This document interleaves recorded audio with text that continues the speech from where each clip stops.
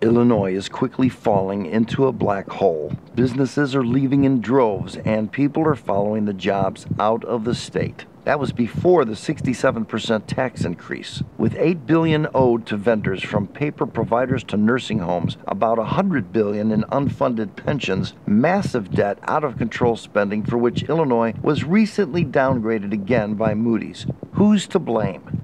Can't blame Governor Quinn. To say it nicely, he would have been a great replacement for Colonel Klink on Hogan's Heroes.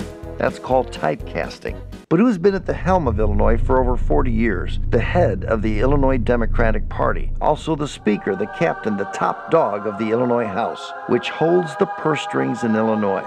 A man who has never seen a union contract he didn't like. A man who has stiffed businesses and taxpayers for decades. The kingmaker, the go-to guy, the honcho, the leader marching Illinois into hell. None other than Michael Madigan. Madigan has created a union state. It's a pay-to-play mentality that stems from Chicago and reverberates all across the state. We lost 2 congressional seats in the census because of the mass exodus of people from Illinois, and that was before the huge tax increase. The number of businesses fleeing Illinois has greatly increased since the tax hike. With those jobs, the people go too. We live in a supply and demand economy with lots of homes in foreclosure and for sale.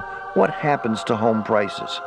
Yep, they plummet far beyond the housing bubble burst. Meanwhile, Madigan has run out of money. He borrowed money at a high interest rate and is bleeding even more revenue from the mass exodus. Madigan has stiffed vendors, denied townships their portions of sales taxes, denied schools the money they promised in mandates, left our roads to crumble beneath our tires because he has taken from the general fund to pay for out-of-control, over-the-top pensions he approved. Don't expect a Republican president and a Republican Senate to change things in Illinois, no matter how fiscally responsible they are. Business owners have a laundry list of tax-related complaints, from workers' compensation to insurance rates to utility bills, all of which are lower in Indiana. So who likes Michael Madigan? Besides the governors of Iowa, Indiana, and Wisconsin, as long as Madigan sits at the helm, he will continue to make Illinois one of the most unfriendly business states in the Union, one of the most oppressive tax and regulation burdening states with the worst credit rating and the worst debt of any state in the Union. This is the legacy of Michael Madigan, a man who is king in Illinois.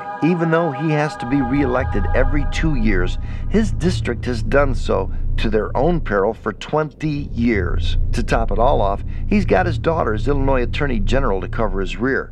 She's got his back while Lisa devotes her time towards going after the Catholic adoption agencies. If Madigan is not replaced, all those who remain in Illinois might as well bend over and kiss their goodbye, because this is a rabbit hole that has no bottom as long as Madigan is here.